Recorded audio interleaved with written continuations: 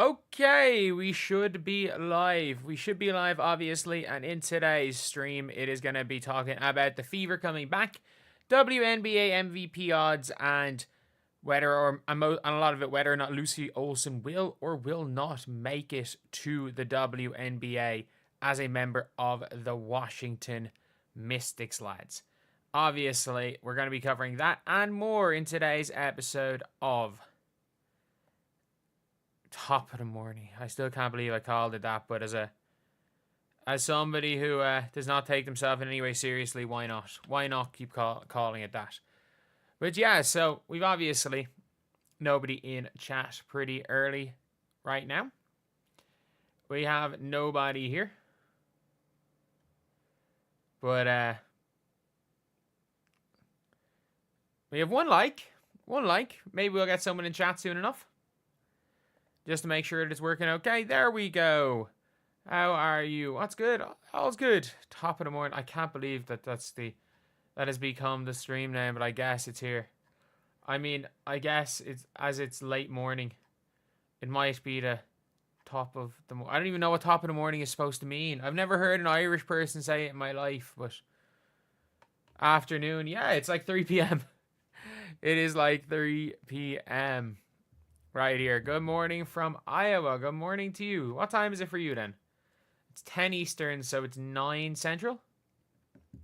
I think, if I'm not mistaken, Iowa's Central time, isn't it? Not 1000% sure about that. Not 1000% sure about what time Iowa is at. Is 9 a.m. Grant, got it right. Got the times right. But yeah, it's an interesting one, obviously, with the Indiana Fever back. Hello from Ohio. Jesus, lads. People from all over the stateside. But, was it... I'll never forget looking at one of the, someone joked, it was like a European person filling out the map of America, and they got like New York, Texas, California, right, and Florida, and the rest of it is like Ohio. I think this is Ohio. This looks like Ohio for every single other state. Is it a saying? It's literally, it became famous. The only time that I ever remember like people saying it was when Courtney Cox did the worst Irish impression of all time. I think that's kind of not where it popularized, but where that ended up happening. So, lads, the first thing we're going to be doing on this stream is we are going to be looking at the pre-season MVP ladder. And this, by the way, is the same publication that had the Fever as the 6th best team. So yes, this is the same publication. We've just scrolled down too far. It said the Fever were going to be the 6th best team in the WNBA. Which is mental. Which is absolutely mental. But let's take a look at the MVP rankings here. So Fee is number 1. It's a countdown. I would say Fee is number 1. Fee being number 1 would be my call too. I have nothing wrong with that. My ones would be Fee 1, Caitiln, Aja 2A, 2B. I do think either of those are going to win MVP, but I think Alyssa Thomas is in the conversation purely because I think Nate Tibbetts is he's the weirdest coach in the history of ball. I don't think Stewie's going to be in the stratosphere of winning an MVP. Like, I think Stewie's forgot how to shoot the 3-ball. And like, Stewie was terrible and unrivaled. She was terrible in the finals. Like, I don't see Stewie being in that conversation for MVP. So these are the top 10 MVP candidates. 10. There is no way that Brittany Griner is going to be an MVP candidate. There's no way. There is no way. Like, she's playing with another non-shooter in Bree Jones. The Houston native still doesn't have an MVP award. If you asked me, when she was drafted, I'd have said she would have won multiple. I mean, after a rookie season, you would have assumed it was Skylar Diggins. You would assume not Skylar Diggins. Geez, Elena Deladon was going to be the player who won multiple MVPs from that class, and she did win multiple MVPs. Griner could have shot this year. Was going to require the dream to gel quickly. Brittany Griner has no chance of winning MVP. I'd put Angel Reese ahead of Brittany Griner, and Angel Reese is not winning MVP. I'd put Paige Bueckers ahead of Brittany Griner. I'm not joking when I say that. I would put Paige Bueckers over Brittany Griner. Orike 9 Again, Arike is not winning MVP. Dallas may not make the playoffs. With Bueckers now in the backcourt, the Wings might be a playoff team after finishing 11th in the league last year. If that happens, Bueckers will likely run away with the Rookie of the Year award. Yeah, obviously. Her and Anissa Morrow are probably... Her, Anissa Morrow, Citron, and maybe Sanaya Rivers are the only rookies that are going to start day one. So she should. She should run away with Rookie of the Year. But it's likely Arike who could get the MVP love. It's because Agumbawale is going to be the leader of Dallas for at least 2025. Bueckers is a great compliment, but Arike should be the team's top scorer and a go-to option. I don't understand. Arike is 9th for MVP. Like, and why is Satu ahead of Kalia Copper? Unless they've got 3 Mercury players in the top 10. Because Kalia Copper is better than Satu on both ends of the floor. Plays with a higher motor and, you know, isn't like permanently injured. Actually, what are we talking about? Kalia Copper literally was injured in Unrivals, but hasn't been permanently injured the last few years. Satu Sably, surprisingly, Sably's only the second biggest get in Phoenix this offseason. The team also added Alyssa Thomas. Spoiler alert, Satu is only the second highest Mercury player in his power rankings. What? She's not even the second best player on the Mercury. Sably's MVP case is pretty simple. Stay healthy and produce a season that looks like 23 campaign but with higher efficiency. That year, Sably finished 5th in MVP voting and won Most Improved Player. Certainly not an easy case, but at least easy to see what Sably will need to do to win the award. Yeah, that was a genuinely weird year for the WNBA. It was a kind of weak season. Like the Lynx weren't nearly as good as they are right now. The Sky was dysfunction with James Wade. They were the 5th. They won like 24 games. I'm pretty sure, were they like 24 and were they 22 and 18 or something? Like I'm pretty sure they were barely over 500. So the Wings, yeah, they were 22 and 18 and they got the 4th seed. And then they had to beat a sub 500 Atlanta Dream team. They had to beat a sub 500 Atlanta team to get to the second round of the playoffs. Everyone's like, oh, Dallas were so good that year. They had to beat a sub 500 Dream team. And the Dream got better in 2024. And the Dream nearly didn't make the playoffs. But yeah, that was... Kelsey Plum. I actually don't mind Kelsey Plum at 7. I don't mind that. It'll be an interesting one. It'll be an interesting one when it comes to Kelsey Plum. Like, the Sparks are the worst team in 2024. Yeah, I don't think she's going to be in with a chance of winning it, but all W team, second team maybe sounds right. But who are the top 6? Sabrina,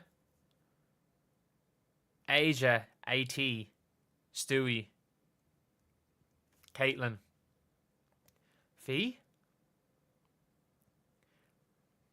That's an interesting one. I'm trying to think of who else there could be on that list. Like your NECA's not going to be in MVP talks, but NECA should be ahead of Brittany Griner and Arike, to be honest. Sabrina 6, yeah. Sabrina Ionescu's MVP case is tough because she's probably always going to play second fiddle to Stewie in New York, but maybe not. She was the best player for the Liberty most of last season. Yeah, she was horrendous in the finals. Absolutely horrendous in the finals. But, like... Well, so not even horrendous in the finals, horrendous in Game 5. But still, she was the best player through most of the season. Her or John Quell. I didn't think Stewie was good last season. She didn't play defense the way she normally did. And it just seems like the regression is happening for Stewie. So I would put Sabrina higher than 6, to be honest. And it's lazy just putting the freaking top 5 from last year as the top 5 from this year.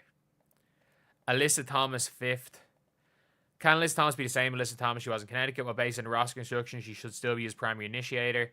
The answer is probably... I'd have Alyssa Thomas. Like, Stewie's in the top 4. I'd have Alyssa Thomas. I'd have moved Sabrina up 1, move AT up 1, and just get Stewie out of that top 5. Because, like, there has been a regression, and she's coming off knee surgery. Thomas, who finished in the top 5 MVP voting in 3 consecutive seasons, should be in the mix again, but it's a little tough to fully see what her path to the award is. In 2023 season, she averaged 15, 9, and 7.9 assists. only got her second place. What would it take for her to actually win? Probably similar numbers, plus Mercury being a top 4 team.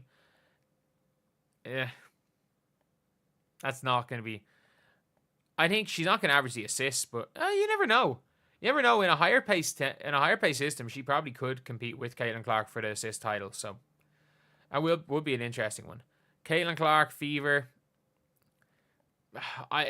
There's no way Stewie. The thing is, there is a weird situation where Caitlin Clark wins MVP. There is no way Stewie wins MVP, and I'm not falling for this again. I am not falling for this again. I bet on freaking... I called Stewie for unrivaled MVP. I am not falling for this again. It's not a knock on Clark, saying someone who already appears to be top 4 MVP candidate second season is a compliment. Don't call me a hater or a hate on a term I used on social media. I thought it was funny, but being used against somebody who's definitely not a Caitlin Clark hater. No, 4 is fine. 4 is fine. I think anything lower than 5 and you're like, it's a little bit different. I'm not comfortable putting Caitlin Clark ahead of the 3 next. All have shown over multiple seasons they can be viable tender for the best player in the world. Clark hasn't shown that yet, which isn't to say she won't in 2025.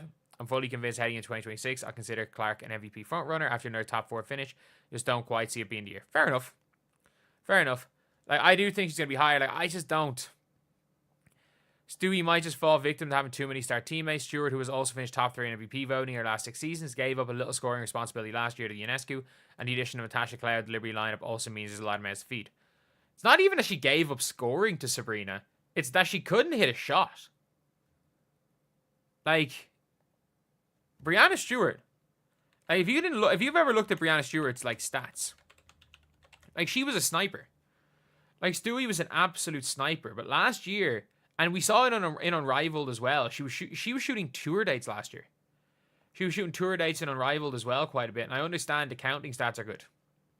But if you look at Stewie, for her seasons, 33, 37, 41, 36, 33, 37, 35 on volume 3-point shooting. 29% from 3. She shot worse from the field. Like, she averaged 3 less points per game, in fairness, 2 less shots. But, like, her rebounding was down on last season. Her assists were down. And her turnovers were up. Her blocks were down. In fairness, her steals were up. And she fouled more. She just did not have a good season last year. And again, that's by Breanna Stewart's standards. I just don't see top 3 in MVP candidate being realistic this year, especially because there has been a regression. There has definitely been a regression in Stewie. Nothing crazy, but there has been a regression. Stewie's still the best player in New York. She might not have room with the post numbers that are good enough to beat out the next 2 players listed. With Aja, it's an interesting one. And the reason I don't think Aja is going to win MVP is because I think Jewel Lloyd is going to shoot the ball a lot. Like, I think she's going to shoot the ball a lot. I think Aja's stats, I think she had such a crazy stat season last year that it's hard for her to get better. I think it's hard. Like, she averaged, 27 last year? I think she's going to average in and around the same. Maybe 25, 26. But if she averages 25 points a game and the Aces aren't a top 3 seed, she's not winning MVP. Like, it's happened once. It's not going to happen again. We all know how they vote on MVPs. And unless it turns out that the Aces... But, like, if the Aces, by the way, are a top 2 seed, it'll probably be because of Aja Wilson. So if she manages to pull that off, fair enough, that she probably will win the MVP. Probably will win 2 in a row, but I just think the Aces had a really bad offseason. First one, I acknowledge Aja Wilson's the best player in WNBA. Imagine having to, before you say anything about Aja Wilson, having to just admit this. But to be fair, she is also, she's not only scared of the Aces / South Carolina fans, she's also scared of Fever fans, which is, you know what, probably right to be. She's a 3-time MVP winner last season. Her Aces team will probably be a bit worse this year. Yep. It's also worth noting that while Wilson won award 3 times, she's never repeated. In fact, no player repeated since Cynthia Cooper in the first 2 seasons. But Fee, I'm not saying Fee got robbed last year. She got robbed of a vote. Even if Stewart and Wilson are 2 best players, WNBA voters want to reward someone who hasn't won it before, which is why my preseason pick is Fee. Fee finishes runner-up last year while winning her first depoy, and if she keeps her level of play from last season, the Lynx finish top suit team again. It's just hard to see a strong argument against her. Fee Collier, yeah, she can play exactly like she did and win the award. Fee Collier got robbed of a finals MVP. She got robbed of, she won depoy. She got robbed of at least a couple of MVP votes. Like, I'm sorry. It should have been one of the closest MVP races we've seen. But instead, for some reason, it was unanimous. And saying Aja should have won depoy. Aja Wilson barely played defense last year. She stood under the basket and blocked shots. Like, she didn't guard anybody. Like, Aja literally did not guard anybody last year. Like, I'm not putting you... There's a very much difference between a rim protector and a defender. Fee Collier was switching. She'd guard wings. She'd guard bigs. She'd guard anyone. Whereas Aja Wilson was just a shot blocker. And, like, we're not using Hassan Whiteside-nomics for depoys. I'm a Miami Heat fan. I remember how bad Hassan Whiteside was on defense because he hunted blocks. We're not using Hassan Whiteside-nomics while calling MVP. But, yeah, I don't mind this. I think the 10 and 9 are weird, but Brittany Griner and Enrique... If I'm going for a player on the Dream, you probably go with Ryan just because if she's on a heater, like, nobody can guard her. Enrique is just worse Ryan Howard, in my opinion. I think John Quell's more likely to win an MVP than Enrique. Even though she is on the same team as two other MVP candidates, I think Satu is less likely to win it than Copper. And other than that, I think NECA higher than Enrique. But again, there's no point in debating like the lowest players, if you get me. But anyway, yeah, that is pretty much it, lads. Let me know what you guys think in the comment section below. And obviously, currently live on stream talking about this. So if you guys want to get in on the live stream, subscribe. And we will be recording plenty of videos every day on these streams.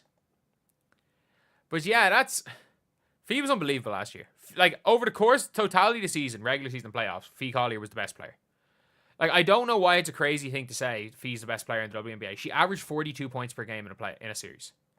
She averaged 41? Sorry, I think it was 41 points she averaged against the Mercury.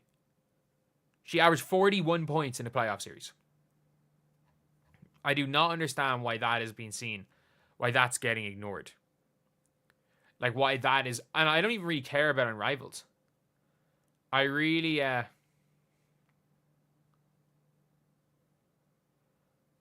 don't mind about Unrivaled.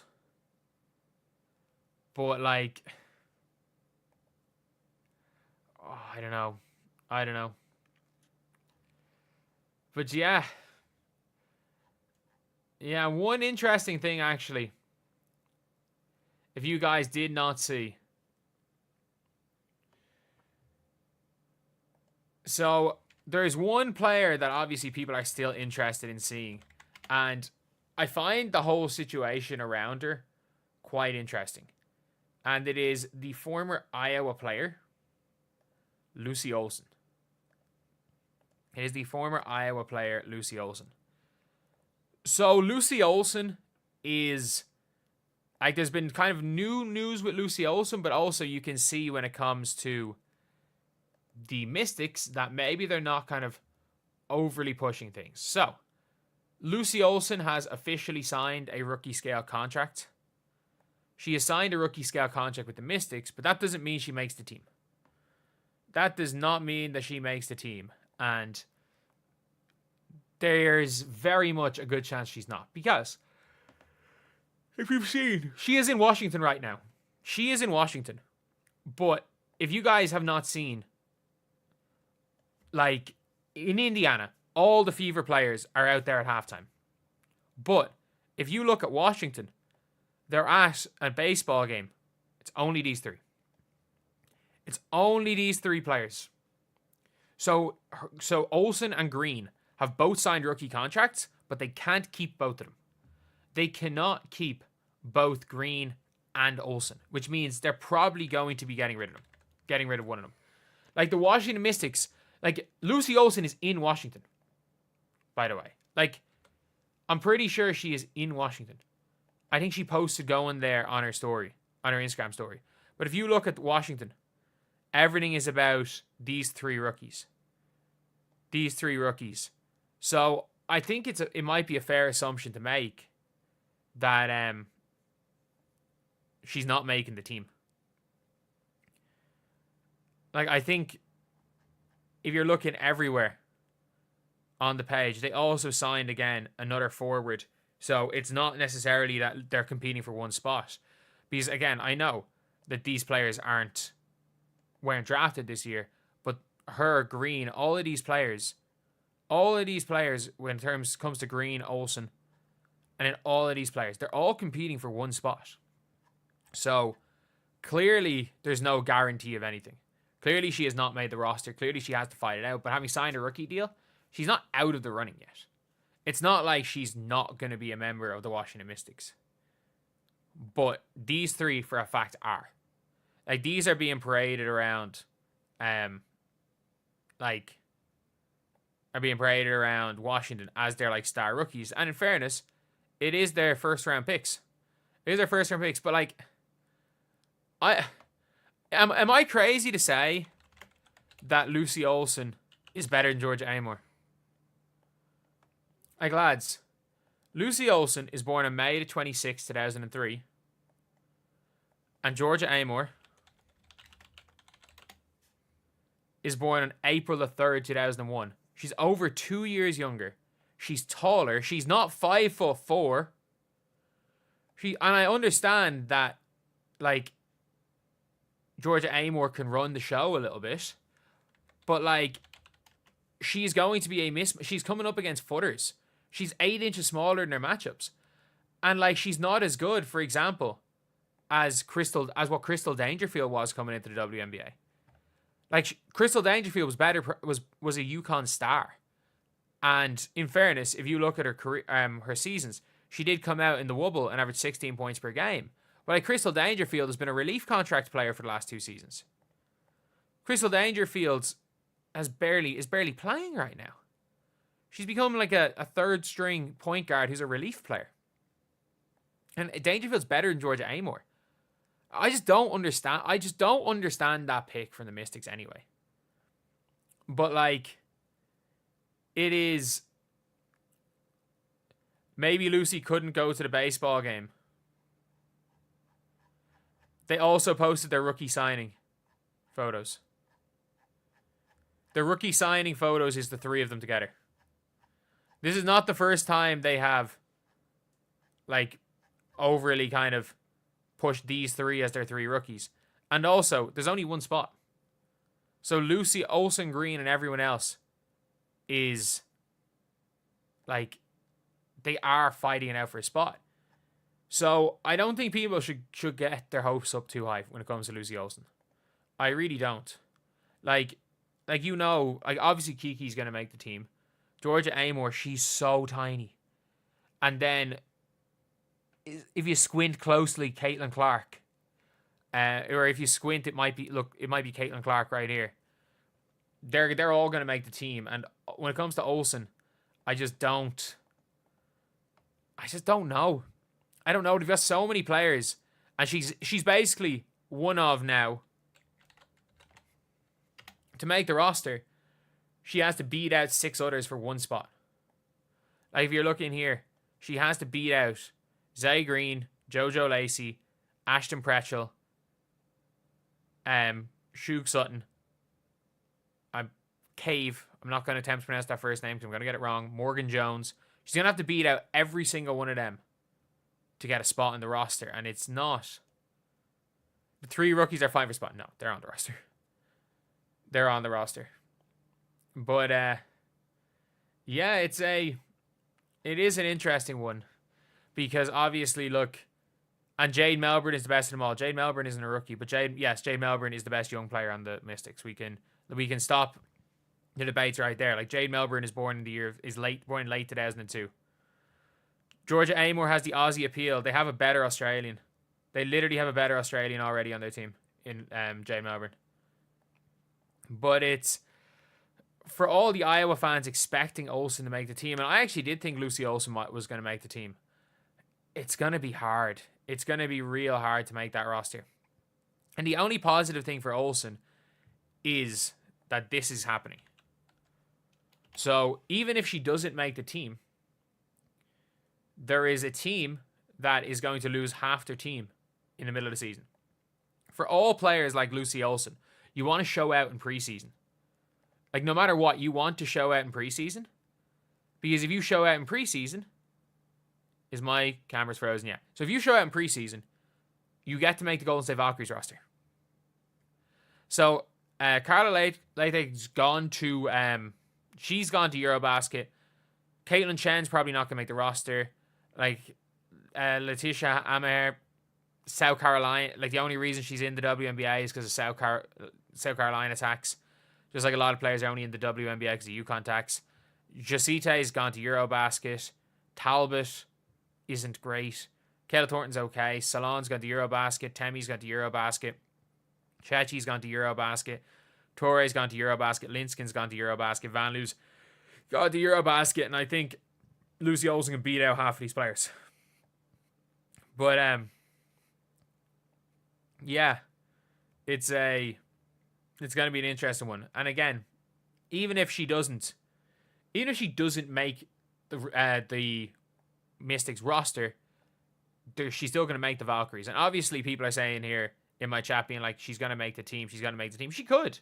She very well could. But, like, you can't buy an... Can you buy an Olsen? Someone just said in the chat you can't buy an Olsen jersey. I want to see this. Can you? I want to see, can you buy a Lucy Olsen jersey? Like, you can buy a Jaylen Brown Fever jersey, and there's more a chance of me becoming the next Fever head coach after Stephanie White than there is of Jaylen Brown making the Fever roster for day one. Is there a shop? Yeah, so when you see the Mystics. So if you look at the Mystics shop, you can buy a Sonia Citron jersey. You can buy a Georgia Amore jersey. You can buy a Kiki Iriafen jersey. Obviously, they have Deladon jersey. She's a legend. Citron, Kiki Iriafen, Georgia Amore, Aaliyah Edwards, and customs. To be fair, you can't even buy an adult's Aaliyah Edwards jersey right now. So, Elena Deladon 39. Oh, it's a youth jersey. But yeah, you can't buy her jersey, but you can buy the others. So yeah, I don't see it being likely she makes the team. And if anything, it's not a guarantee like it is with the other three. The other three are guaranteed, which means, again, there's one roster spot for another 6. Could Olsen get it? Sure, but there is no guarantee whatsoever of Lucy Olsen getting the getting to be, struggling to speak right now, drafted by the Washington Mystics. Not draft, Jesus. Time out Faz. Faz isn't here. Oh my god. Oh my god. Like, to be fair, like, Grace Berger is in the chat right now, so hopefully she makes the Lynx roster. Hopefully.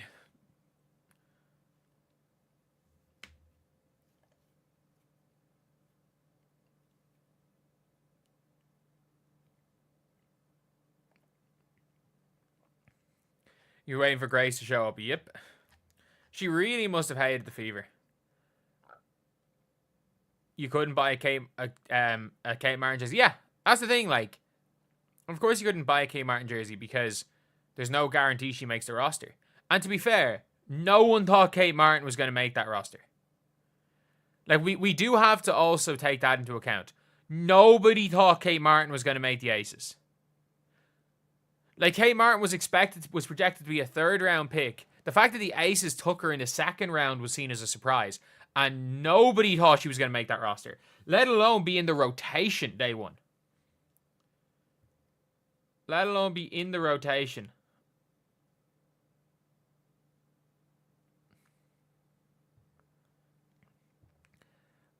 But, yeah. That is one thing. Iowa fans are different. They'll crush with Olsen jersey sales. Just celebrate Olsen being picked. It's a little bit, as much as it would be big, Lucy Olsen played 1 year in Iowa. Played 1 year in Iowa.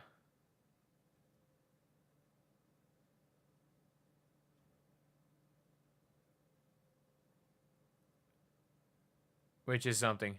Wait, is this in Washington?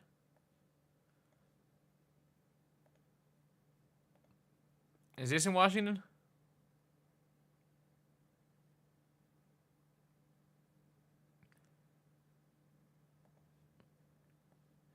She's wearing a Mystics hat.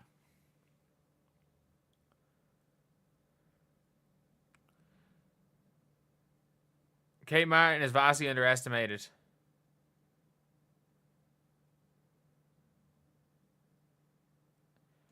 Chicago Sky beating Fever 4-1. If the Sky beat Fever 4-1, I will buy an Angel Reese jersey. Because unlike Caitlin Clark jerseys, you can actually, like, they didn't sell out in Europe straight away. I will literally buy an Angel Reese jersey if they manage to win that matchup. That's just not happening. It is absolutely just not happening. If they win 4-1. They might... 3-2 would be a disaster for the Fever, but that could happen. I hate to say it. But it could happen if the Sky win that series. The Sky match up really well to the Fever, and on any given game, the Sky can play ping pong off the backboard and just have two of the best offensive rebounders in the W.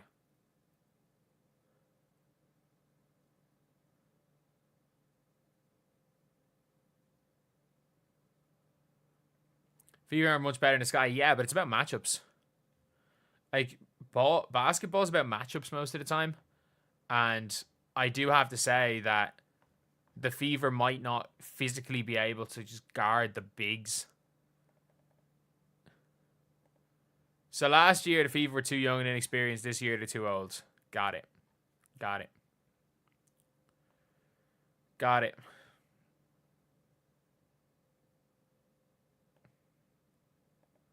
Graysburg should be practicing right now. I assume this means she's not making the Lynx roster. If she's in here.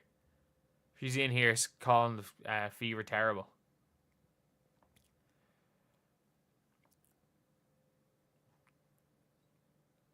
Is Cardoso going to play Euro? She played in China. The money's real in China. That's all I'm going to say. China's where the big money's at. China is 100% where the big money is at. And I am going to get a camera here. Just so that it's a little bit better.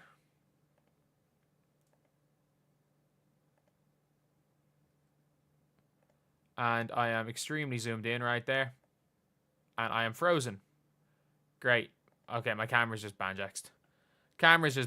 My good one, so we got a bad one here. Brazil playing in the World Cup. The 2026 World Cup? The Women's World Cup next year? That World Cup isn't anytime soon. But yeah, I completely blanked on what I was going to be talking about. Flashback to camera issues from last year. Oh, it's my computer. My computer sometimes loses power on my camera, which causes it to freeze a lot. But do you guys see? Iowa got a new player.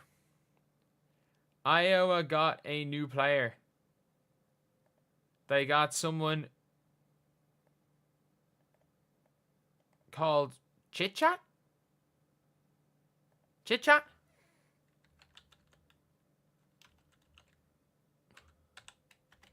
Shazadi, right? So yeah, I know absolutely nothing about her.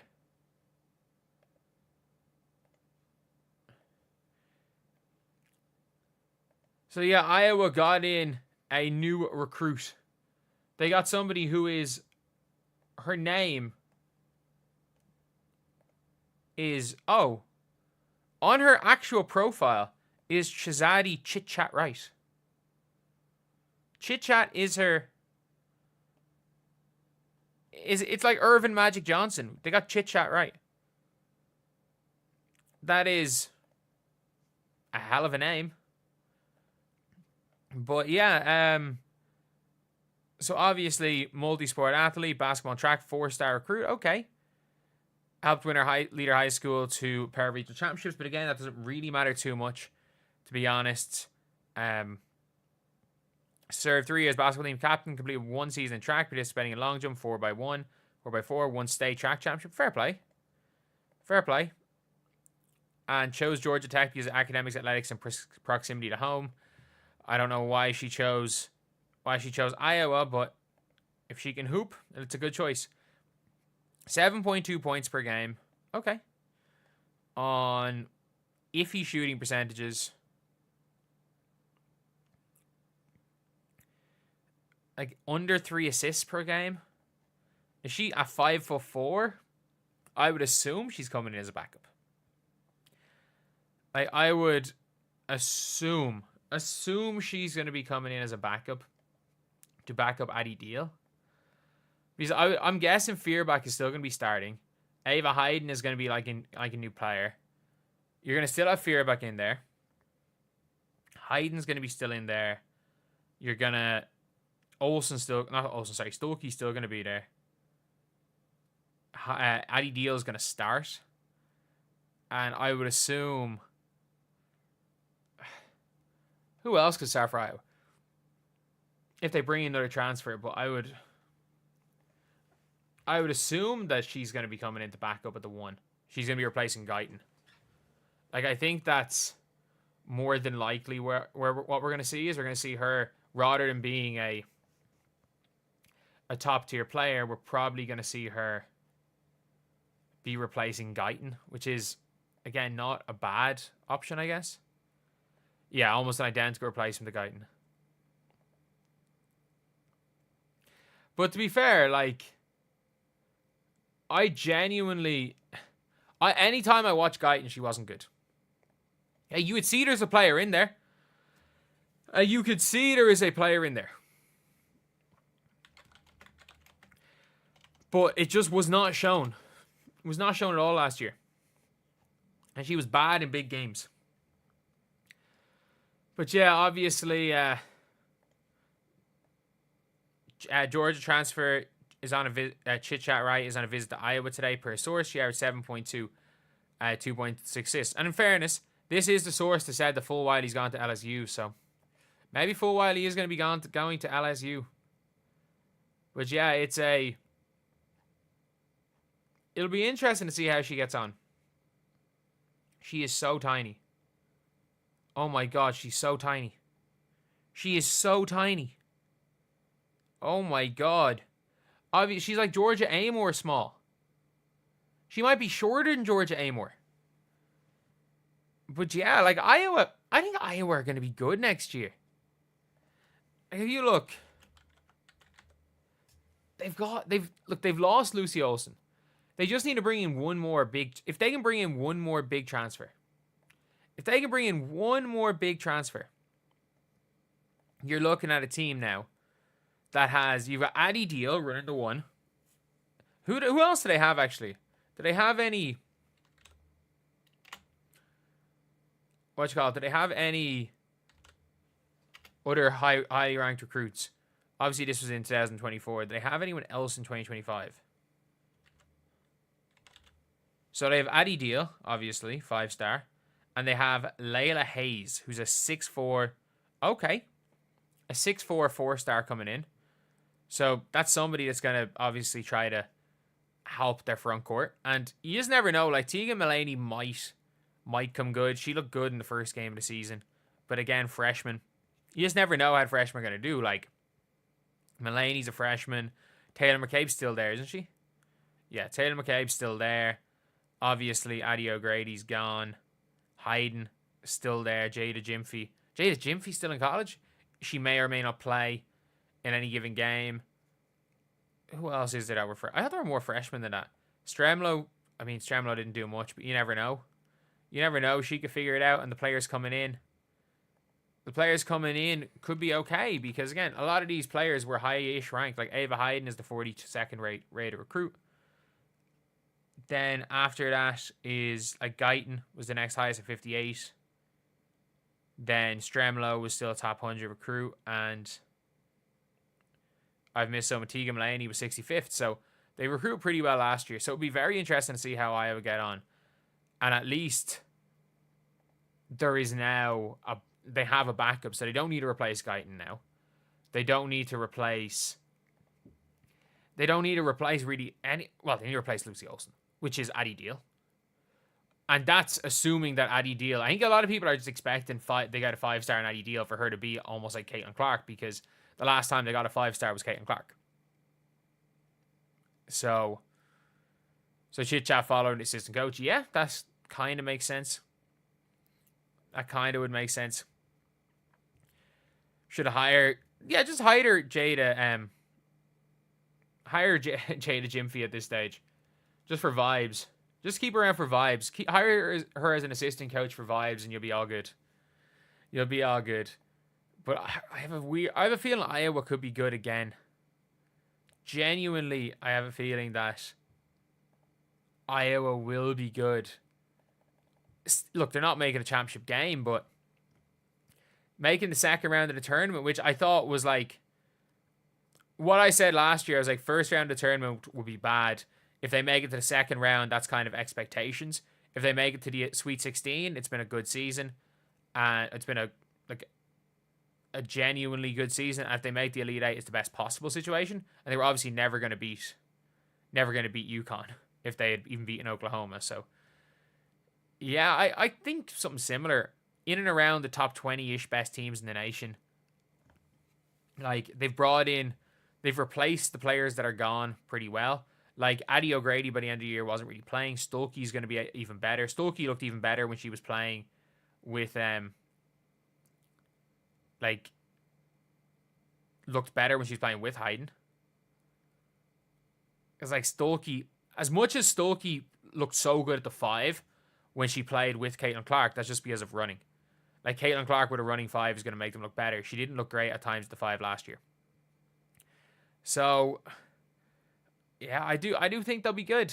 I think Iowa will be good. And I do think getting in this transfer is a start.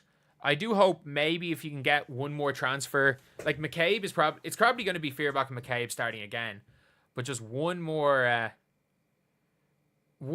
player, and I think Iowa are going to be in good shape. One more nice wing. Like, had they got your one Avery Howell from USC, it would have been perfect, but sure, look, that didn't happen. But anyway, yeah, that's it. So, yeah, obviously, Iowa are... Addie Deal can do what Caitiln did. This year, we're getting Prime Dantas. I would hope so. She looks in great shape. She looks like she's in absolutely fantastic shape. Like... And that's one of the big ones. And look, she's going to be playing 10 minutes a game, so it's all good.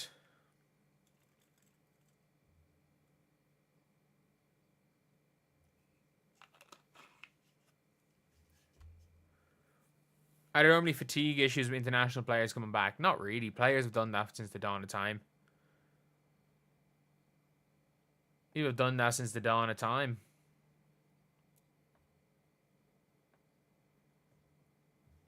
Oh, I just saw this. They're still talking. They're still saying they're using Cheryl Swoop's economics. I just saw this post. Let's break it down. The record CC has broken / set was done in 5 years. That record can now only be broken in 4 years. Kelsey only had 4 years. CC had 5. She's saying that CC had more time than Kelsey to set the record. I really hope. I think this is new, and I also really hope that post is from a year ago, but seeing the Cheryl Swoops, the impact of Cheryl Swoops. The Cheryl Swoops economics. But, yeah, it is a funny one. And wait, did you guys see what the New York Post did? They know what they're doing. They are causing rage bait. Like, this was the type of thing that was like, if you guys don't know, all of these posts, whether it be pro Caitlin or anti Caitlin, it's all designed to get clicks and cause rage bait. But did you guys hear the nickname? As was said in chat right there. The Point Goddess. The Point Goddess.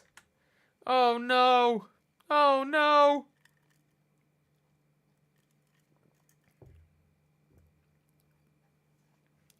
The Point Goddess. I mean, I have said it plenty of times. That there is only one point guard and she wears 22 and plays for the Fever.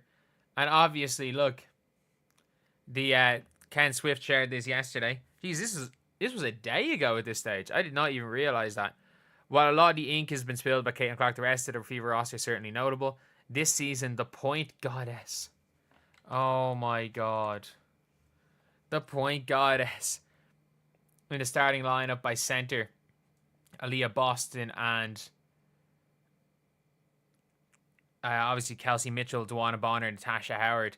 2024, they both led the team in points with 19.2. I don't know how many points over the course of the season Caitlin Clark had more than like Aaliyah Boston, or saying Aaliyah Boston, Jesus, then Kelsey Mitchell, but it was probably, again, it was under 4. Let's say for it to be 0.1 points per game in 40 games, yeah, it has to be under, is it under 4 points? Difference in the season, but Boston averaged 8.9 boards, 1.2 blocks. New head coach, and Indiana 1995 Miss Basketball, Stephanie White, comes from the Fever. Comes to Fever from the Connecticut Thunder. 2 seasons with the Sun. The club advanced to the playoffs both years, lost in the semi-final both times. And it was so impressive the first year because Bree Jones tore her ACL and they lost Jonquel Jones and still got to the semi-final. Like, that was one of the more impressive coaching jobs. And it's funny, if she got a Connecticut Sun team who lost 2 of their 3 best players and kept them equally as good, and people think she's not going to improve the Fever. But yeah, like, she is the point goddess, most assists ever in a season. Call Cece the point. No goddess, no copycat name. She is the point. The Anomaly.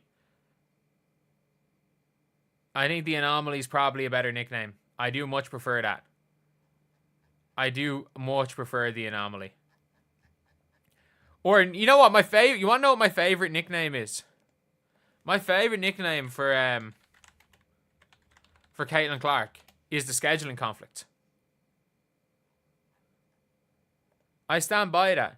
The scheduling conflict is the best nickname Caitlin Clark has.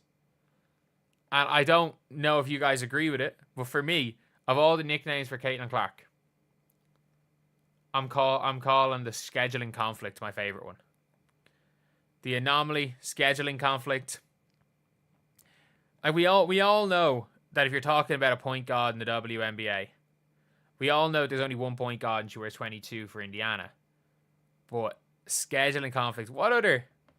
I just want to see, when it comes to Caitlin Clark, her basketball reference page, just what the nicknames are. What they say for her nicknames. Or do they have any? Oh, there's no nicknames on basketball reference. Thank you for the $2. Really appreciate it. Thank you so much. But yeah, it is an interesting one there when it comes to Caitlin Clark. Like, she does not have any nicknames. But I still stand by it. Even a person who does not appear to have any nicknames, they're always going to have nicknames. Everybody is going to have some. But you like the nickname Assassin?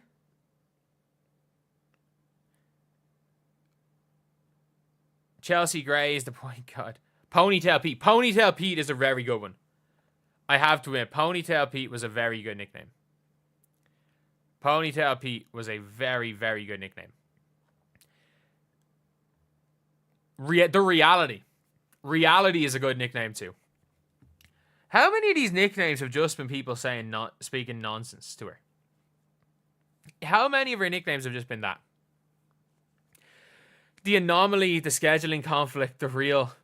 No. Just, if you're going to use the letter W, keep that one to what used to be Chelsea Gray. For prime Chelsea Gray, you can still call her that. The Needle. Yeah, the Needle. She doesn't move the needle. She is the needle. She is the needle. Like, that is... Sorry, apologies. That's obviously a good one as well. The Needle. So, yeah. Caitlin Clark is the woman of many nicknames. A woman of many, many nicknames. The Anomaly, scheduling conflict, Needle. Top of the Morning is an American-Irish stereotype thanks to very popular, beloved cereal brand. Oh, is it Lucky Charms, which is, like, illegal in Ireland? I say, no, it's not illegal in Ireland, but it's illegal to sell it as cereal because the sugar content is too high. Also, let's not forget the other nickname. Let's not forget to Cheryl Swoops. Let's not forget the WNBA's Voldemort. She who shall not be named. She who shall not be named. We forgot that one as well. Take the point guard when Gray retires. The problem is that it's hard calling. It's just like calling Chris Paul the point guard in 2025. It's kind of hard to do when, like, it's hard to do when they're just out of their prime. And as good as, as good as Chelsea Gray was in Unrivaled, she still can't really run. So I think it's hard calling. Not even it's hard calling that, but constantly just shouting point guard when anything happens, like, is only going to bring hate. But Taylor Swift in tennis shoes, yes. I don't get Taylor Swift in tennis shoes. That was an odd one. Gray is still good. Gray was the 5th best point guard in the WNBA last year, maybe the 6th best point guard in the WNBA last year. Caitlin Clark is the one. Nah, Nike have already said that about Paige. Nike have already branded Paige as the one. They didn't do anything for Caitlin last year, but they have branded Paige as the one. So, yeah, that is it. The new nicknames, the many nicknames of Caitlin Clark. The many, many, many nicknames of CC, lads. So, yeah, that is it for that section of the stream. Need to do something here.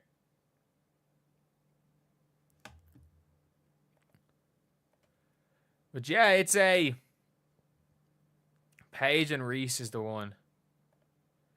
Angel Reese as the one.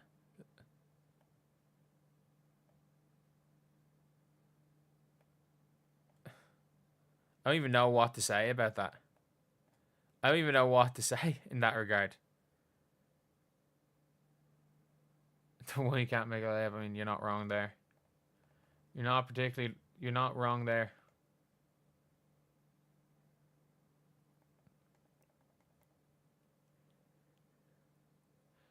Caitlin Clark doesn't make layups.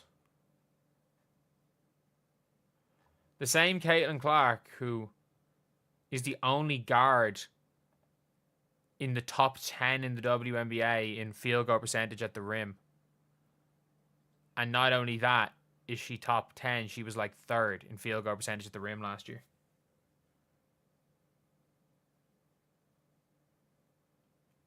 She can make a layup. She shot 40% on layups last year. She shot 40% on layups. She shot 20% outside the key. She shot 40% on layups.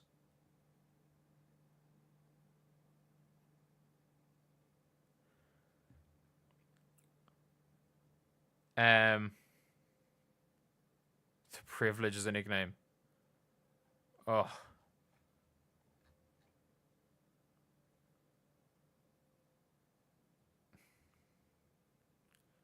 Hating on recent Paige. I haven't mentioned Paige Bueckers in this stream. I actually don't think I've mentioned the name Paige Bueckers. I also don't think I mentioned the name Angel Reese, but we can laugh at this. We can laugh at this. And by the way, I'm not even blaming Angel Reese for this. We can laugh at her trainer. Like, if we want to talk about Angel Reese, we can laugh about this. This is where she starts her move. This is where she starts her move. In the long 2 range, she dribbles out to the high school 3-point line and does not move, does 2 standing things on the spot, and moves exactly where she started. So she goes from here to here to here. She takes 3 dribbles in a move to go from here to here. Here to here. Here to here. It took her 3 dribbles to go 2 feet. She made the shot. Whoop-de-doo. She made a mid-range shot. Why is the coach not fixing this shit? Why is the coach not fixing this jump shot? Don't make her shoot threes. The further out she shoots, the more she does this. Just focus. She shoots free throws well. She's actually a good free throw shooter. She shoots it with nice form. Work on getting her into a range where she shoots the ball with nice form. Work on pulling out the three in a year or two. Not now, because her form is still that every time she shoots a 3-point shot. Like, if we want to laugh at a workout, we can laugh at this. And by the way, Angel Reese, I liked what she did in Unrivaled, but she came into Unrivaled and she did not play well the first couple of games because she was trying to do this crap instead of doing what she's good at. Instead of doing what she's good at, she was doing this crap to start Unrivaled. Then she got in the gym with Copper. She got in the gym with Lisa Leslie and started dominating on the inside. And what happens as soon as she leaves Unrivaled, she goes back to the same coach that has her doing this tween on the spot, one dribble and move a foot to the left, wasting dribbles, wasting motion, and still crossing her arms when she shoots. She's gone back to whoever that trainer is. And it's not even her fault. It is genuinely not even her fault with that. It's her trainer's fault. She actually had proper trainers. She had proper trainers in Unrivaled. And it was just other players. Other players were like pulling her aside and was like, this is what you work on. Lisa Leslie was pulling her aside. She had people who were actually trying to make her better. She has a trainer that seems like the only thing they care about is Instagram highlights right now. Because there is no way in hell we're going to see a center go tween on the spot, sidestep a half a foot to the left, and shoot a weird jump shot where this happens. You're gone. You're gone. You're gone. I'm good with you being a troll. But when you troll and I ignore you and you're like, answer the question, bozo, you're gone. You're gone. That's a step too far. That is a step too far. I'm cool with trolling. That is a step too far. That's a step too far. I know he's going to come back with another account soon enough, and I don't really care, but that is too far. When he comes back with the other account, you can go back, you can troll, fine. Trolling's fine. But that's too far. When you go as far as insulting the streamer, never forget, this is all, streaming chats are not a democracy, they are a dictatorship. So, it's the last thing you want to do. But yeah, if we want to go and laugh, if we want to bring that up, we can talk about that horrendous workout. Which is a pity because, again, like, I thought Angel Reese was doing really well. I thought she did really well in Unrivaled, in fairness to her. I have to say. She's training, that's all that matters. Pretty sure it's going to get fixed off camera. The problem is that she came into Unrivaled doing that crap. That was the workout footage. She came into Unrivaled and she wasn't good. And then she started working with other trainers, and Angel was unbelievable in Unrivaled. Angel was unbelievable in Unrivaled. Deserved the all-Unrivaled second team spot, by the way. Completely deserved it. Completely deserved it. I'm not going to take that away. But that was when she was working with players, with coaches that actually wanted to get her to improve. And not just players and coaches that want to get some good clips for the gram. That want some good highlight clips on video. There's a difference. Especially with Angel Reese, because you'll take the ugly game for wins championships. I agree. I actually agree with that point. And that's the thing when it comes to Angel Reese, is that when Angel Reese is playing this kind of gritty, tough game where she's a dominant inside player, and what really should happen with Reese is that it should, as I've said, it should be, this summer should be work on the layups and move and work a little bit into the mid-range shot. And then next summer it's work on the mid-range. Then it's pull that out to three. But like, you have to, when it comes to someone with a broken jump shot like Angel Reese's, because it's not broken at the free throw line. So clearly, as she's tried to expand her range, the way she's done that is by throwing her arms. Like, you see it with a lot of little kids, especially in America, because they use full-size balls and full-size baskets. They fling the ball when they're young. And a lot of the time, those bad habits continue as they get older. And that's the thing, is like, she shoots with her arms. She doesn't shoot with her legs, and she literally crosses her arms because of that, because she has to get all the power from her arms. So you'll never get a consistent shot in that. So what you should be doing, what Angel Reese's trainer should be doing is, first of all, working on the layups, working on either the positioning of the layups or her body positioning, and working on the mid-range shot, working on making sure her hands don't do this on a jump shot. The problem is that They're working on going tween, sidestep a half a foot to the left, and still shoot like that. Like, that is... Oh, Cardoso is the better of the two. Yeah, who's arguing Cardoso is not the better of those two? Like, let's be honest. Doesn't have more potential. Cardoso is going to be unbelievable. But you want to know who else could be unbelievable? Like, everybody is talking about Juju in 2027. But I'm sorry. This is Jang Xu's warm-up. This is how Jang Xu is warming up. If there is a player that could just take over the WNBA, like, it is Jang Xu. It's Jang Xu. Like, she is 7'5". She's 7'5". Like, that is genuinely... She's so big. She is so big. And not only that, like, a lot of people are like, oh, is she any good at basketball? Yes is the answer. Yes. The answer is yes. She's too tall and slow. So, last season, Jang Xu, obviously that is Caitlin Clark there, but Jang Xu, she played in the Asian Championships. The Under-18 Asian Championships. And listed at 7'3", she's bigger than 7'3". She averaged 35 points per game. 35 points per game in 22 minutes per game. She averaged 35 in 22 minutes. Saying she's good against under-18s. So, let's just take a look. So, in the final against Australia. In the final, so this is when it really matters. The FIBA Asia Cup. She's playing Australia. Like, we all know Australia is a huge nation when it comes to women's basketball. We know that people are like, oh, like if Australia was a college, it would be the most drafted for college. Most drafted by college. So if you can see, this game's a little bit close. And it was only in the fourth quarter that Australia pulled away. The China team, Jang Xu had 42 points. And she was +5 on the floor. When she was on the floor, they were winning. It was in the 13 and a half minutes she wasn't on the floor. They lost by 22 points. They lost the 13 minutes she was on the floor. And look, who is guarding her for Australia? 5-star recruit, 6'4" Lara Sumfai.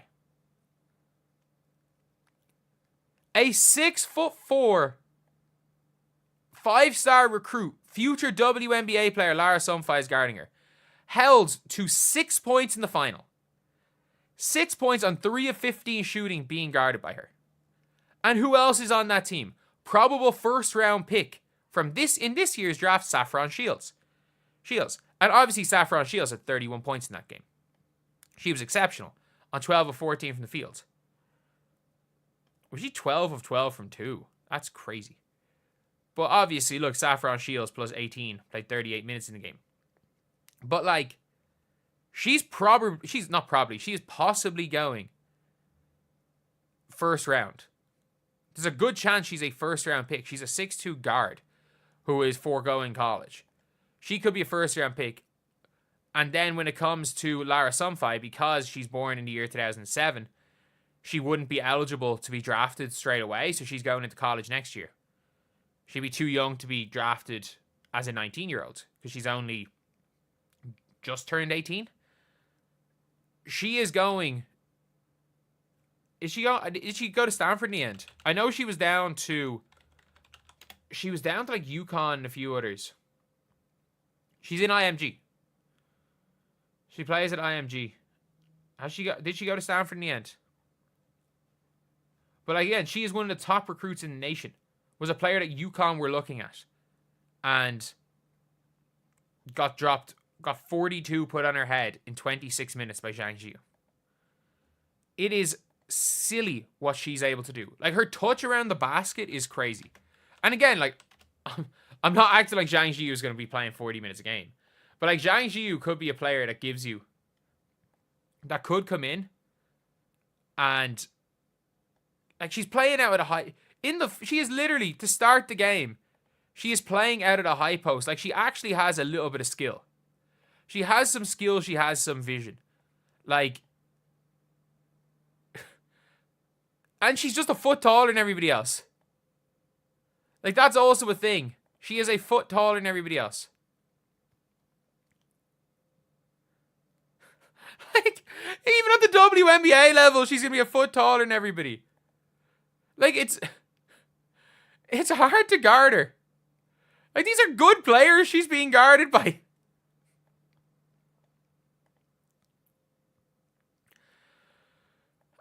Like, she's got good touch. It's bizarre. Bizarre is the right word to describe what Jang Xu is doing. Like, she is legitimately 7'5", and she's got touch. And ironically, she moves extremely well for someone of that size. Does that mean she moves well? No. No. I am not saying Jang Xu moves well. But Jang Xu moves well for a 7'5". She is the equivalent of an 8-foot NBA player. And she moves better than any other 8-footer I've ever seen. She looks like a JV player playing 8th graders. But in fact, she's playing on a floor with 2 probable future NBA players or WNBA players on the other team. She has made a team with 2 future WNBA players look like, as you say, a team of JV players. That is, Kelsey Mitchell's going to fly by her. Stand her under the basket. Stand her under the basket. Tiara McCowan can't move either. Can't guard the pick and roll. She can't guard the pick and roll. She can't do anything. But you know what? She might give you 12 points in 12 minutes. She might give you 12 points in 12 minutes. And any player that's capable of doing that, I wonder where she's going to get taken. I genuinely wonder where she's going to get taken. Because, like, she's in the Juju draft. Like, she's not going to get taken over Juju.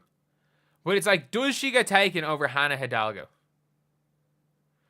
Undrafted. She's just put up 42 points on a first-round pick next year. She just put up 42 on a first-round pick. Brittany Griner is not that much faster than her. Like, I genuinely think... Like, you also forget the difference between Brittany Griner... If I'm not mistaken, yeah, the difference between her and Brittany Griner in height is the difference between Brittany Griner and Caitlin Clark. That is the difference. All you have to do is throw her the ball. She's not getting pushed. The defender's standing vertical with their hands up. How she'd... Once she has the ball in her hands, you can't push her. It's basketball. Referees are referees. Look at the 42 points. It's nothing special. She's 7'5". She is 7'5".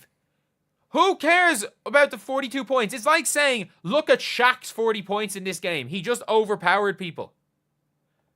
She's 7'5", and she's immovable as well.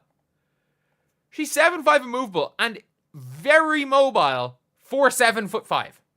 Not mobile in general, but like, she's not like most 7'5" men can barely walk. She can actually jog up and down the floor. So I wonder when it comes to the 2027 WNBA draft, where she's going to be. Like, where she's going to be. Like, you've got, obviously, Madison Booker and Michaela Williams. You've got Mylasia Fulwiley, Jang Xu. All of these players. All these players. Tessa Johnson's there as well. She's projected to go 4 right now. But, like... Oh, man. Like, I think it'll be a very interesting one to see where she ends up. Because at 7'5", how's her base? She's strong. She seems immovable. Like, she could not be moved in the Asia Cup final. And again, against a real good Australia team. Against a really good team, they could not move her, and she had 42 points in 26 minutes. But yeah, it's going to be a real interesting one. But 7'5" injury is a serious concern. I know, but I think she's hard. She is hard to pass up on in the top 6 or 7 picks. Especially if you're not sure. If you're not sure who you want to get, just take the 7'5" player. Trust me. Teams will adjust. How do you adjust? How do you adjust to a 7'5" player? And it's not like the NBA, where the players' athleticism is so high and players can, like, how many centers can spread the floor? It's best she skips college if she's smart, because they'd run her out the gym, draft stock would crash. Yeah, she would average like a point a minute in college. As I have said again, she put up 42 points on a 5-star. She put, how exactly would her draft stock crash? She put up 42 points on a 5-star. What are we talking about? And not only that, she's still under 18s this year. She was a year younger. She put 42 on a 5-star and a first-round pick that were on the court for the other team, both taking turns guarding her. How many 40-point games she had? She averaged 35 points a game. She had 19 in 13 minutes. She had 36 in 23 minutes against New Zealand. She had 44 against Japan on 22 shots. In fairness, she took a lot of shots in that final, but half of them she caught her own rebounds. She had 10 offensive boards. She had 34 against Korea. She had 44 against Japan, 34 in the semifinals against Korea. And how much did they beat Korea by?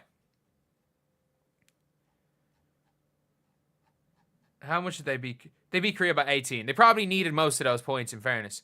And this China team was not very good, by the way. They had, I can't remember they had one other player. I can't remember who it was. Was it the other Zhang? Why is it the two starters on the team we have got Zhang and Zhang? Two of the starters are the same name. One just has an E. Someone could score 50 and boost the game average. She literally, other than the first game when they destroyed their opposition, they absolutely destroyed their opposition in the first game. And she had 19 points in only 13 minutes. And after that 19-point game, she averaged, if I'm not mistaken, that's a 38-point average, isn't it? If you take out that first game, so that's an average of 40. Jesus, sorry. So like maybe 39 points per game averaged here against well, not great cup. Japan are never bad. Like we saw them in the Olympics last time. They weren't that bad. 3 times all season. 3 times in a week. 25th of June, 26th of June, 29th of June, 30th of June. You guys can read, can't you? You can read, can't you? Because I think maybe assuming people read is too high an expectation to have for people. She did it 4 times in a week.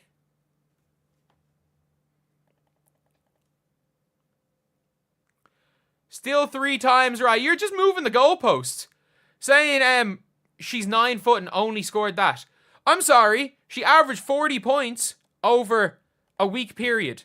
I'm sorry that she's 9 foot and she only did it 3 times. Because during that week, she only played 4 games. I'm sorry. Do you want her to play 17 games in 3 days like the shitty AAU in America that's ruining basketball? Do you want her to play 17 games in 3 days? And all these kids are coming in as ticking time bombs with their body just ready to basically, or their legs ready to explode when they get to college or the pros? Is that a better option? That she plays 17 games in these 5 days where she dropped 40 points 4 times. She averaged 40 over a 5-day period. And not only that, against 5 stars. Dana Evans kills overseas. Dana Evans doesn't even play in the top tier overseas. Dana Evans plays in Eurocup. The Eurocup player of the month for the last month of Eurocup was Irish. Dana Evans doesn't even play in the top tier. She plays Eurocup.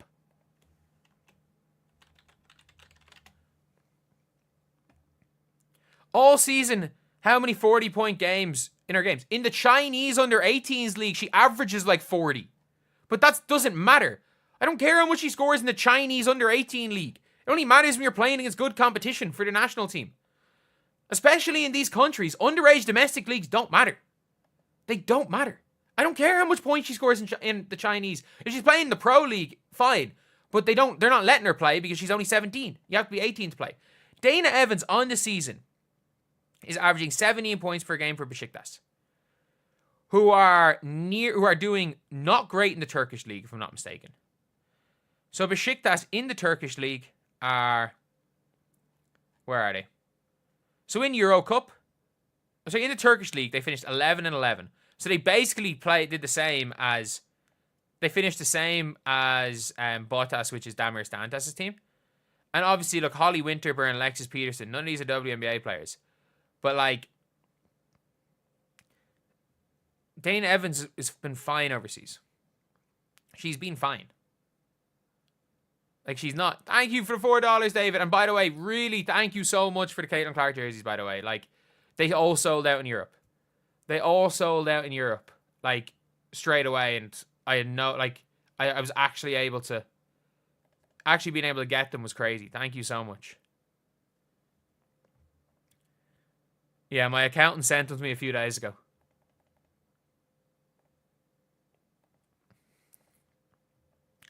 She turns out to be Yao Ming, dominant but injury prone. She'd be worth drafting, just not a 1 or 2 pick. Yao Ming lasted 10 years. She's going to last 10 years. Yeah, I still take her in the lottery. I mean that. And also, lads.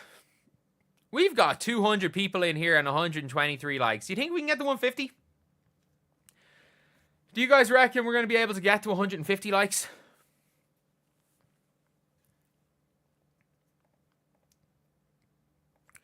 And do you guys have any other stories that we might want to talk about? Is there any other things we might want to talk about? So we've already covered Lucy Olsen. This is now a Jang Xu Stan YouTube channel. You're not wrong there. But like, how true is this actually? Apparently, can someone tell me, is there a reference for this? Because I bookmarked this tweet yesterday about, according to Athletics' Ben Pickman, the anonymous GM who said they traded their entire team for Caitlin Clark was the Phoenix Mercury GM. Like, I can't find that. I genuinely, I can't find a source for this anywhere. Does anyone have a source for that?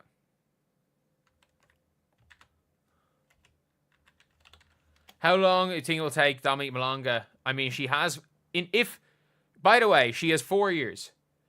If in the 2029 season is when we start to compare to Paige Bueckers. Caitlin fourth? No, fourth's fine. Fourth's fine. I already made a video about that. Like,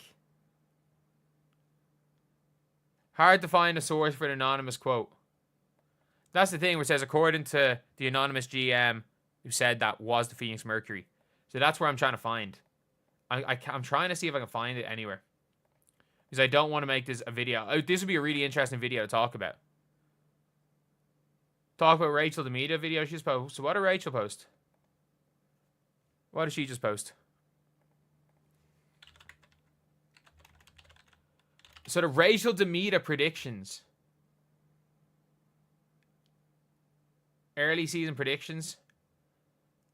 Okay, so she talked about Clark winning MVP. I think is that all she talked about for her predictions? Oh, sorry. Yeah, sorry, I watched the video already. She said Paige was rookie of the year, which I think everyone is going to say. But the one weird thing is that I don't know why so many people are saying that Dominique Malonga is going to be in the rookie of the year conversation. One, she's not going to start, and two, she vanishes for a month during the season. Like, she literally, if I was to go for an MVP, it might be shot or rookie of the year to compete with Paige. It's going to be either Morrow, Rivers, Citron, or Cheyenne Sellers. It's going to be one of those. I reckon it's going to be one of those. Because, like, if Seller's knee is okay, Sellers might just start the one, for all we know, for the Valkyries. Could end up doing that. But yeah, it is, we're coming towards the end. And you got Anissa Morrow for Rookie of the Year. Paige is going to have shots taken by Rike. Anissa Morrow is a decent shout for Rookie of the Year, in fairness. Caitlin Clark changed your life from France. Fair. Caitlin Clark changed my life from Ireland, and I'm in Ireland. And I'm in Ireland, like, I was gonna go back to teaching. I was gonna go back to being a teacher. Since Malonga, you don't think 4 years is an accurate timeline, but that's just what I'm saying. It's like she has 4 years to become better than Paige Bueckers. Like, she has 4 years. As much as people want to say, oh, she's like,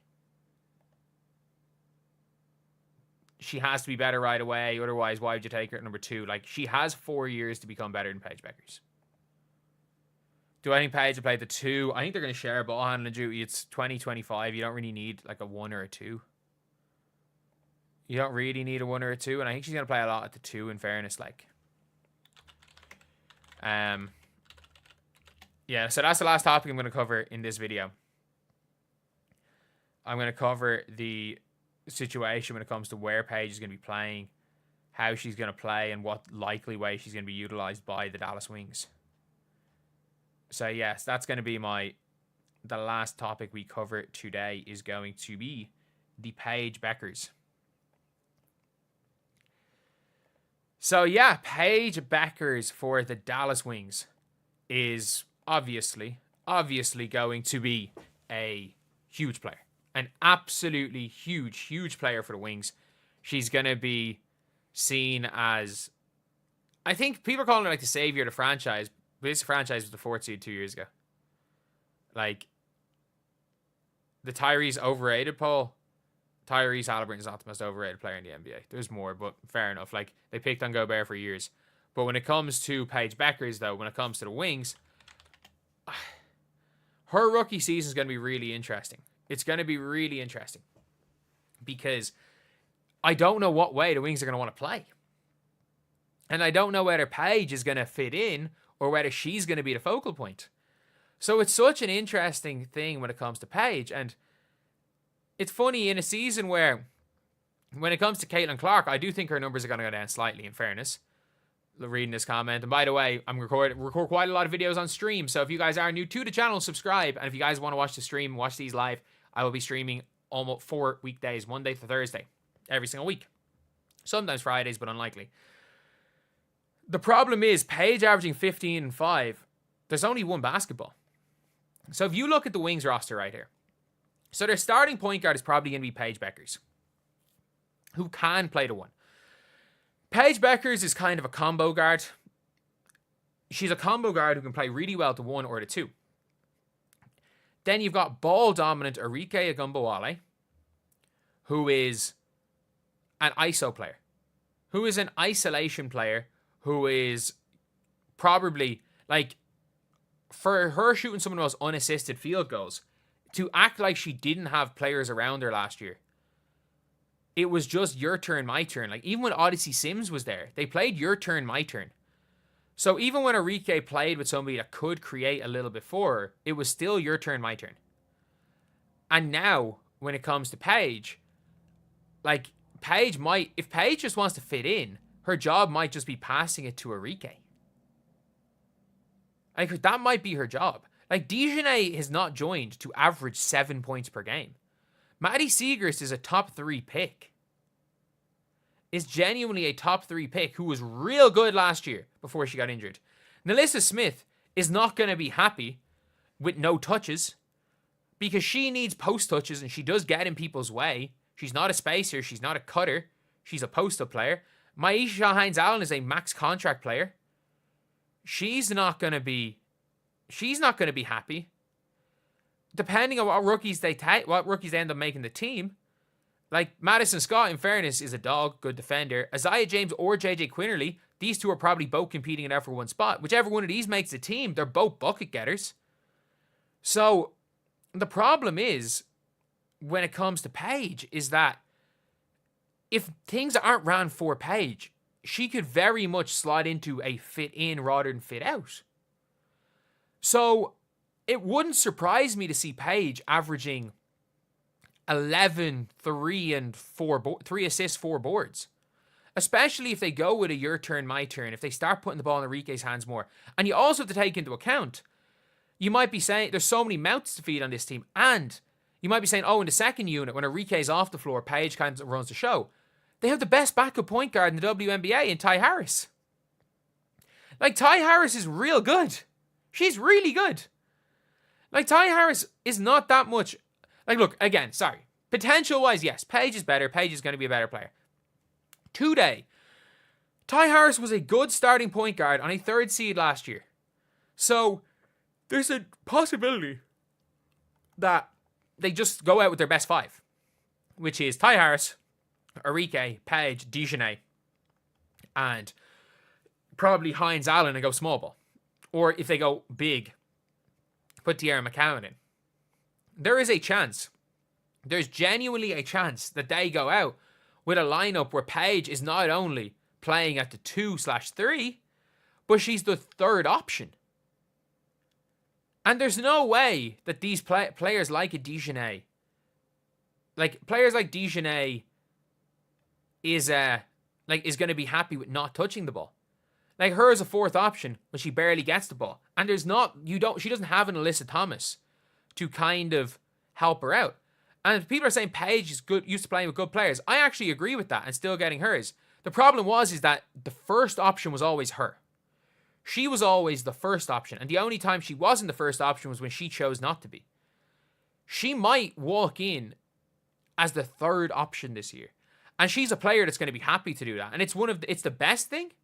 And it's probably the worst thing about Paige Bueckers is that Paige simultaneously is good with she's good with just fitting in. And if the Dallas Wings are trying to win immediately, she can fit into the system and she can be good. I think Paige Bueckers could be a fantastic 4th option on this team. Maybe the best 4th option. But that's not really what people are expecting. And that's the big difference, I think, coming into their rookie seasons between Caitlin Clark and Paige Bueckers, is that for Paige, she's got players around her. She's going to be like whatever a 3rd option. She's going to be a player that's able to fit into a system and is probably straight away going to look the part and be very good because she is going to be a good 3-point shooter. You lower the 3 ball to maybe 35% and are shooting from 55 to maybe 48%, but it's still super efficient for a guard. The problem is that we saw Caitlin Clark get thrown in the deep end and struggle for about 5 or 6 games. Like, everyone says, oh, she struggled for like her first 15 games. Caitlin Clark in like game 8 of the season, okay, or was it game 7 of the season? Year 7 or 8. Caitlin Clark had 30 points, 6 boards, 6 assists, 3 steals, 3 blocks in a game.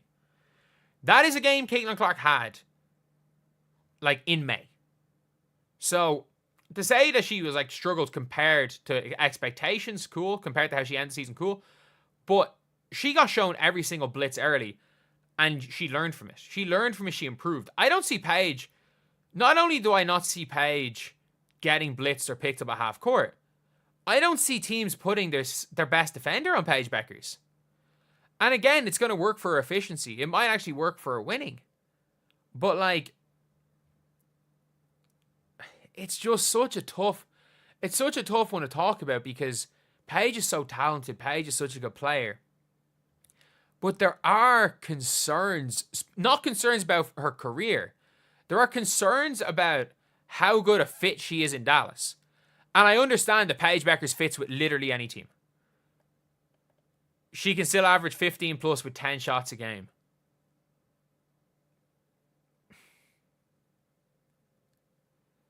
That is assuming that Paige Bueckers shoots the same percentages as she did at UConn, where she had a system in Gino, much worse defenders, everything.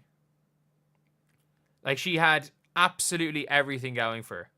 And now she's in a system with a brand new coach who's not known for his offense, who was an assistant coach on a team in USC whose offense was give it to Juju and watch Juju play.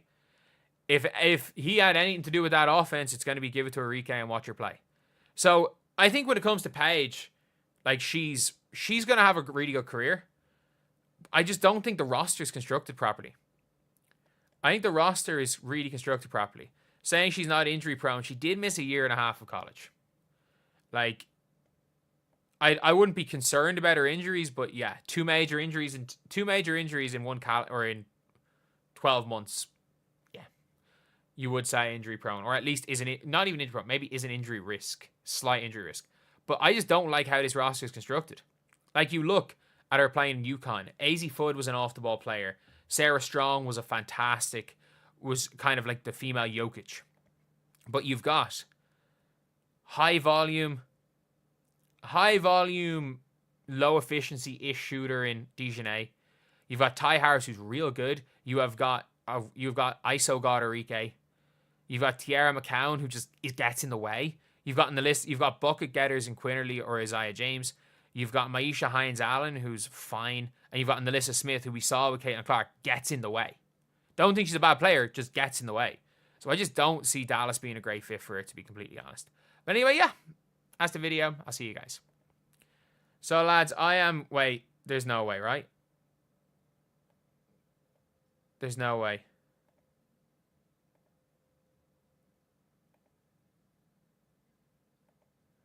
Oh, no. L. Duncan.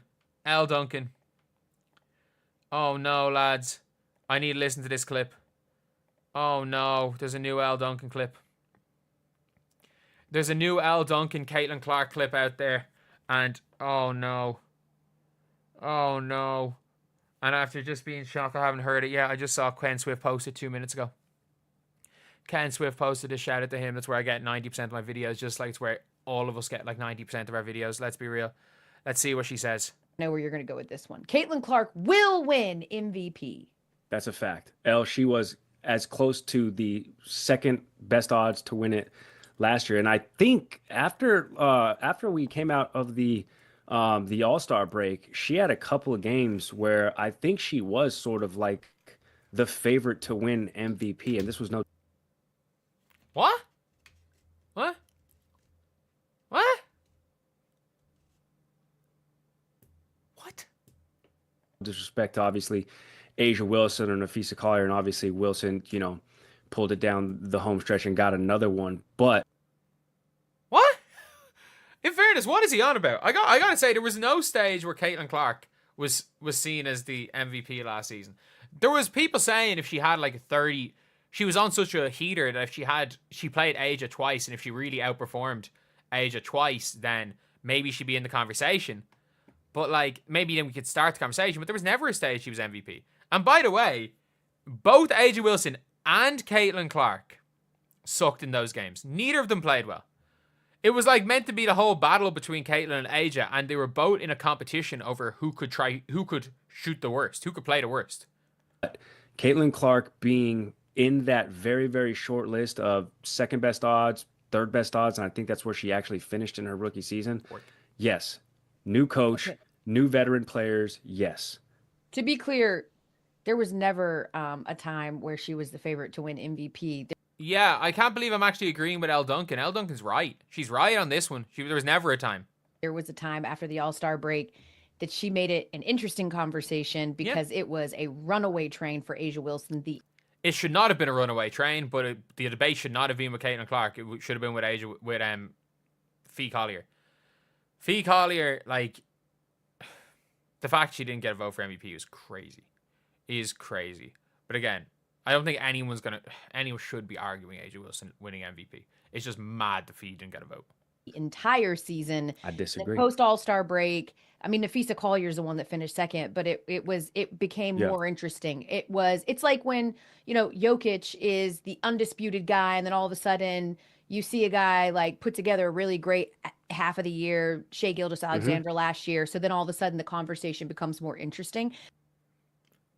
What? Shai's going to win MVP this year. But like they took the odds down. I mean, it was Asia Wilson's to lose, but I will say A couple of things. Do I expect Asia Wilson to be Asia Wilson again this year? Yes. But I also know there is such a thing as voter fatigue. They don't like giving anybody MVP 3 times in a row. They barely like to do it 2 times in a row, let alone 3 times in a row. I just don't. Asia Wilson hasn't won MVP twice in a row. What are you talking about? What is she talking about? Don't see it simply because of voter fatigue. Like it just is what it is. I also think that Caitiln was putting it together in such a way last year. They're only going to get better, and now they've got a full off season together. I could 100% see this happen. She's going to win by voter fatigue. Cool. That's it. It's not even that bad. This sounds worse. If Caitlin Clark wins MVP, it'll be because of voter fatigue. It's not. SGA should have won MVP. He's going to win it this year. But who won in 23? Stewie won in 23. Asia wasn't even second in 23. She was third. Like, my favorite part about all this is like, I love how a WNBA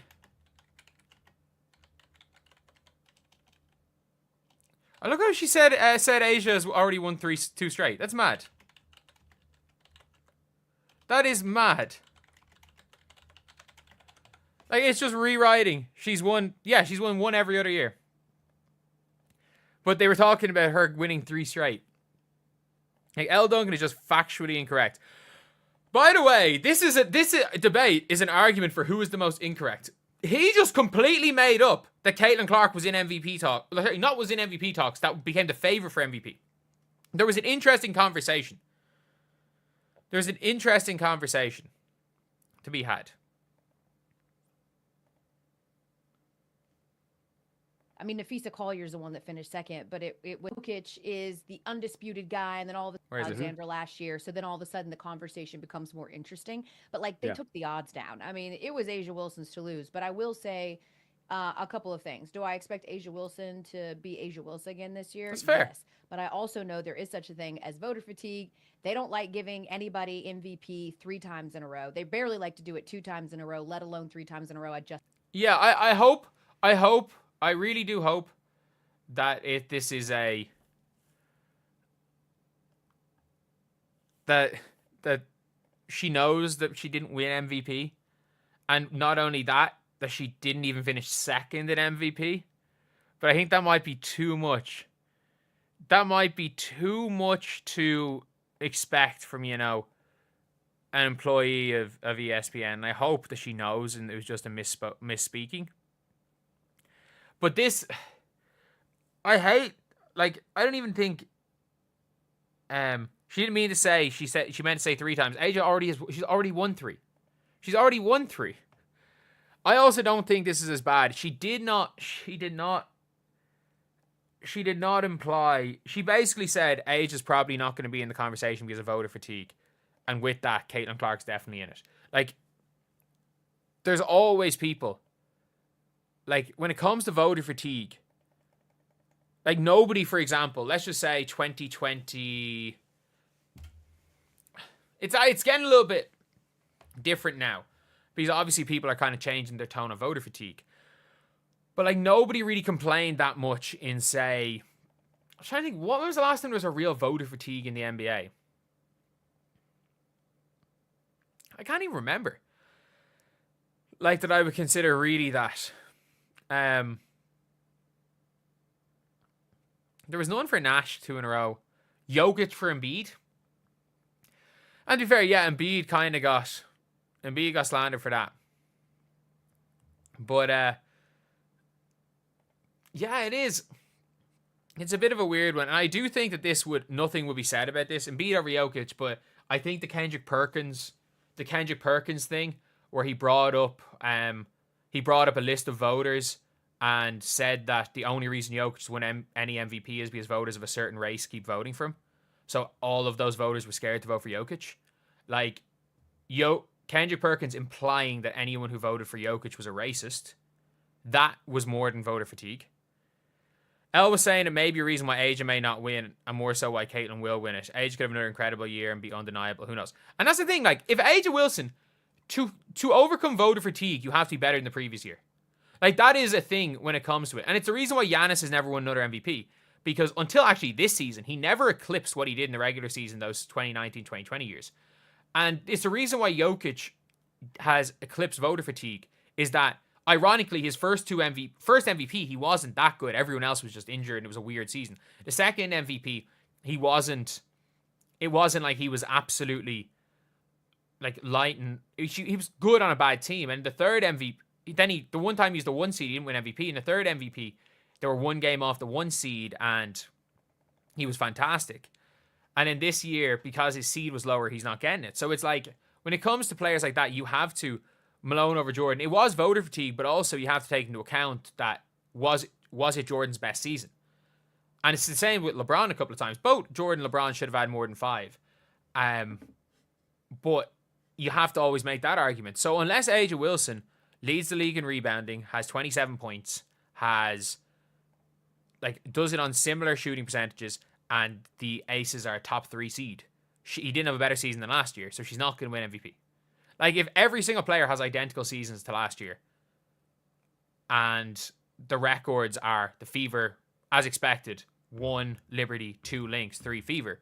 Fee's winning MVP, Caitiln second. But that is the thing, is like, to win multiple MVPs in a row, you have to improve year on year, or you have to do something different. Like, if the Aces end up as the 1 seed, or Age averages 30, she's probably going to win another MVP. But unless one of those things happen, or maybe even the 2nd seed, she's not winning MVP. She's not going to win it. So, yeah, lads, that is the stream. Let's see how many likes we can hit, lads. Let's see how many likes. We are at 152 right now. Can we get the 175 before the end of the stream? MVP will be AT shooters around her. Who? Who does she have around her? Celeste Taylor Uzin? Satu, I guess. Coppers, But it's too early to know MVPs. Yeah, but it's discussions. But yeah, can we get to 165 likes? We're 159. We need 6 more. We need 6 more likes on this stream. And we are going to end it. This has actually been one of my longer streams. So I do really appreciate all of you guys for being here in chat. I do appreciate all you guys for being in the streams, because they are a lot of fun. They are a lot of fun. And it's going to be so... I cannot wait. I cannot wait for the season to start, because then we can start going into previewing games. We can go into recapping games. We can go into other stuff. And my content is not going to have to be effectively web stalking the Fever to get views. The Fever players to get views. And web, like, that is... It's been resorted to that. But hopefully, once the season starts, even when preseason starts, we can fully go into just 2-3 hour streams every morning and watch parties every single night. Where can I find my live schedule? I'm going to go live between 9 a.m. and 11 a.m. Eastern time, Monday through Thursday.